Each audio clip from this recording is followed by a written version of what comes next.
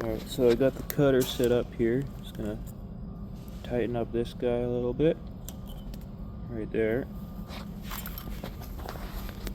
I got this unlocked. This one locked.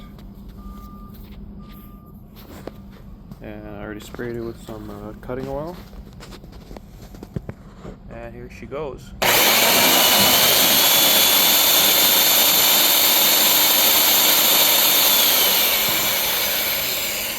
And all you do is you hear it stop cutting there, and you just tighten her down some more. Wrong way, haha. No, that was the right way, never mind.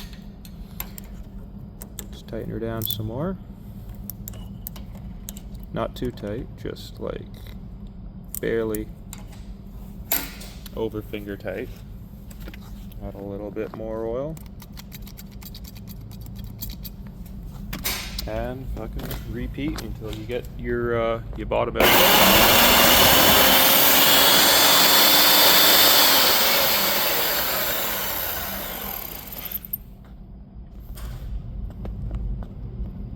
You can already see it coming in there.